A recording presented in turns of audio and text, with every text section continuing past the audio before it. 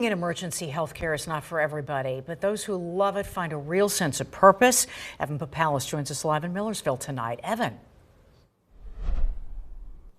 Alicia, being ready for that next 911 call can be daunting, and two women worked hard to make sure they are ready for whatever comes their way. It's something new every day. Every time those tones drop, you don't know what you're expecting.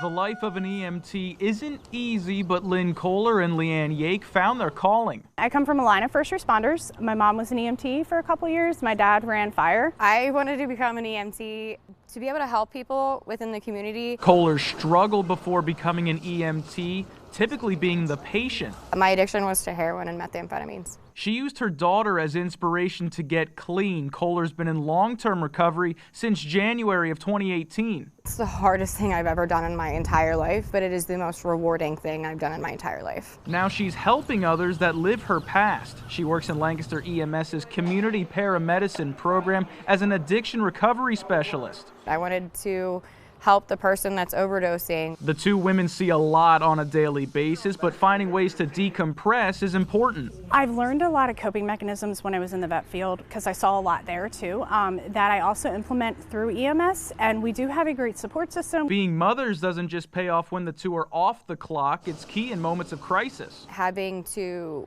relate to parents on scene when they've experienced let's say their child had a seizure or some type of medical emergency, I'm able to relate to that parent and have compassion towards them and understand where they're coming from. My oldest daughter had some mental health struggles that I've been able to put kind of the things that she's learned and put them to use in the field and kind of help people through things. I've also had family with a slew of medical issues that I've been able to relate to my patients more in the field. Yake's children are looking to fill mom's shoes one day. My youngest daughter just did her career day last week. Actually, her and my son both dressed up as EMTs. They wore my shirts to school.